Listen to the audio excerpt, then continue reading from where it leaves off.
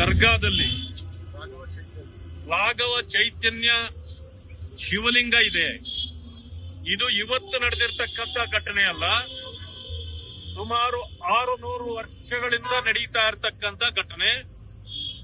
ಪದೇ ಪದೇ ಇಲ್ಲಿ ಗಲಭೆಗಳು ಆಗಿರ್ತಕ್ಕಂಥದ್ದು, ಅನೇಕ ಜನರು ಪ್ರಾಣತ್ಯಾಗ ಆಗಿರ್ತಕ್ಕಂಥದ್ದು ಇವತ್ತು ಚರಿತ್ರೆಯಲ್ಲಿದೆ. ಇಂಥ ಒಂದು ದೊಡ್ಡ ಘಟನೆ ಯಾರು ಕೆಲವರೆಲ್ಲ ಸೇರಿ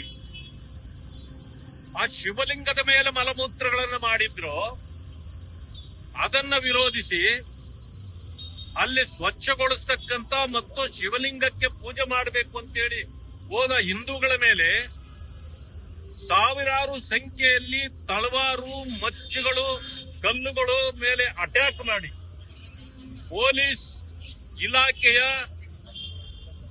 ಮೇಲೆ ದರ್ಪ ಮಾಡಿ ಪೊಲೀಸರಿಗೂ ಕೂಡ ರಕ್ತ ಬರುವಂತೆ ಹೊಡೆದು, ಜೊತೆಗೆ ಪೊಲೀಸ್ ವಾಹನಗಳನ್ನ ಜಖಂ ಮಾಡಿ, ಡಿಸಿ ಅವರೇ ಬಂದಾಗ ಅವರ ಮೇಲೂ ಅಟ್ಯಾಕ್ ಮಾಡಿ, ಇಷ್ಟೆಲ್ಲ ರಂಪರಾಮಾಯಣ ಮಾಡಿದ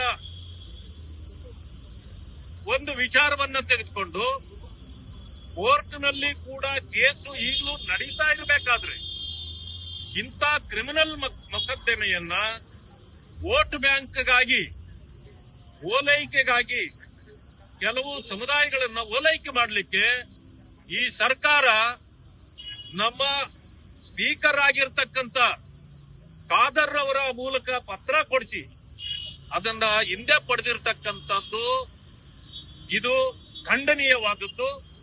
ಯಾಕಂದ್ರೆ ಅನೇಕರ ಪ್ರಾಣ ತ್ಯಾಗ ಆಗಿರ್ತಕ್ಕಂಥ ಪ್ರದೇಶ ಅದು. ಅಂಥದ್ರಲ್ಲಿ ಅದನ್ನ ಯಾರು ತಪ್ಪು ಮಾಡಿದ್ದಾರೆ, ಯಾರು ಇಂಥ ಕ್ರಿಮಿನಲ್ ಆಕ್ಟಿವಿಟೀಸ್ ಅಲ್ಲಿ ಭಾಗಿಯಾಗಿದ್ದಾರೆ, ಅವರಿಗೆ ಶಿಕ್ಷೆ ಕೊಡುವ ಬದಲು ಅವರಿಗೆ ಪ್ರೋತ್ಸಾಹ ಕೊಡುವಂತೆ ಈ ಸರ್ಕಾರ ನಡ್ಕೊಂಡಿರ್ತಕ್ಕಂಥದ್ದು ಇದು ಒಂದು ರೀತಿ ಜನರಿಗೆ ಮಾಡಿರ್ತಕ್ಕಂಥ ಅಪಮಾನ. ಇದು ಹಿಂದುತ್ವಕ್ಕೆ ಮಾಡಿರ್ತಕ್ಕಂಥ ಅಪಮಾನ.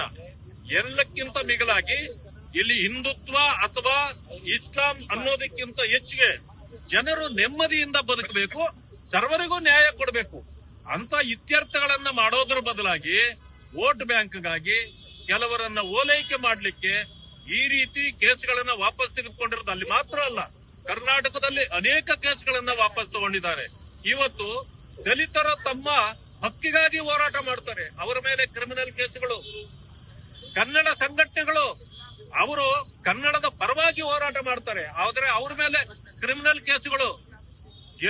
ಹೋರಾಟ ಮಾಡಿದ್ದಕ್ಕೆ ನಾರಾಯಣಗೌಡರಂತ ಒಬ್ಬ ಧೀಮಂತ ನಾಯಕರನ್ನೇ ಇವತ್ತು ಜೈಲಿಗೆ ಕಳಿಸಿದ್ದನ್ನು ಕೂಡ ನಾವು ನೋಡಿದ್ದೇವೆ. ಈ ರೀತಿ ಹೋರಾಟ ಮಾಡಿದವರನ್ನ ಜೈಲಿಗೆ ಕಳಿಸ್ತಾರೆ, ಆದ್ರೆ ಬಾಂಬುಗಳು ಹಾಕಿದವರನ್ನ, ತಲವಾರುಗಳಿಂದ ಹೊಡೆದವರನ್ನ ಇವರು ಓಲೈಕೆ ಮಾಡತಕ್ಕಂತ ಕೆಲಸವನ್ನ ಮಾಡೋದನ್ನ ನಾವೆಲ್ಲರೂ ಕೂಡ ಖಂಡಿಸ್ತೇವೆ. ರಾಜ್ಯದಲ್ಲಿ ಇಂತಹ ಘಟನೆಗಳಿಂದ ಯಾವ್ಯಾವ ಕೇಸ್ಗಳನ್ನ ನೀವು ವಾಪಸ್ ಪಡೆದಿದ್ದೀರೋ ಅವುಗಳನ್ನ ಮತ್ತೆ ರೀಓಪನ್ ಮಾಡಬೇಕು, ಅವುಗಳನ್ನು ವಾಪಸ್ ಪಡೆಯಬಾರದು ಅಂತಕ್ಕಂಥ ಮಾತನ್ನು ಹೇಳಿದ್ದೇವೆ. ವಿಶೇಷವಾಗಿ ಈ ಲಾಡ್ಲಾ ಮಾಷಾ ದರ್ಗಾದ ವಿಚಾರದಲ್ಲಿ ಮಾನ್ಯ ಗವರ್ನರ್ ಅವರನ್ನ, ರಾಜ್ಯಪಾಲರನ್ನ ಭೇಟಿ ಮಾಡಿ ನಮ್ಮ ಅಹವಾಲನ್ನ ನಮ್ಮೆಲ್ಲಾ ಮುಖಂಡರುಗಳು ಇವತ್ತು ಕೊಟ್ಟಿದ್ದಾರೆ. ಇನ್ನು ಉಳಿದ ವಿಚಾರಗಳನ್ನ ಅಲ್ಲಿಗೆ ಸಂಬಂಧಪಟ್ಟಂಗೆ ನಮ್ಮ ಅಧ್ಯಕ್ಷರು ಮತ್ತು ಮುಖಂಡರುಗಳು ಮಾತಾಡ್ತಾರೆ.